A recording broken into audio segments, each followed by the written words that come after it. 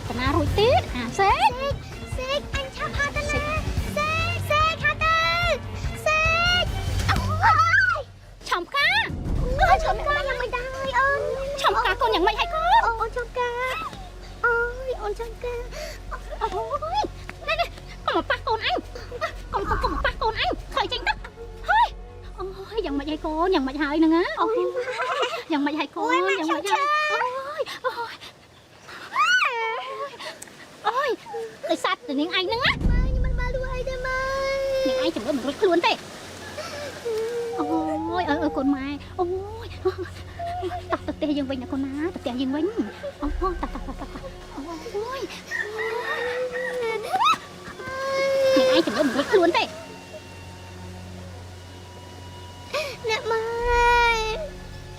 បងជួយខ្ញុំផង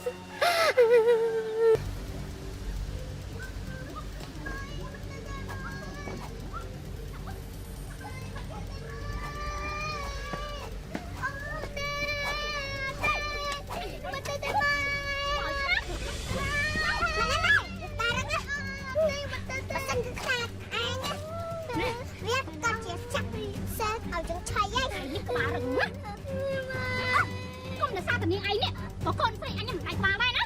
អញនឹងវាយនាងឯងអញនឹងវាយនាងឯងមកឆាប់មកអត់ទេវិញមិនទៅទេចង់អត់ទេខ្ញុំមិនទៅទេមកឆាប់មិនទៅទេ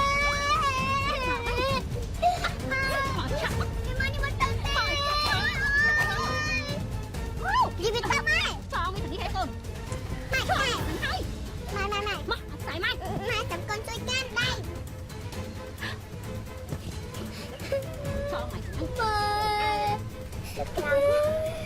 ហើយមានគេចាំគេទៅ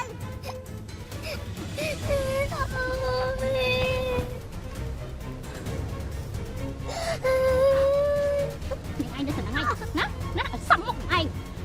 ណាលំមុនណារឿងតលំមុនណារឿងដែលកូនអញលំទឹកខែមើលនោះអញមិនទាន់បានទូទាត់ជាមួយនឹងឯងផងហើយលើកនេះគ្រាន់តែរឿងសាក់សេកមកបានសោះនាងឯងមិនព្រមធ្វើតាមបញ្ជាអញបានប្រាប់នាងឯងហើយតើអញបានប្រាប់ហើយតើណាចាក់បានបើមិនឲ្យអញសម្លាប់សេកនឹងទេណា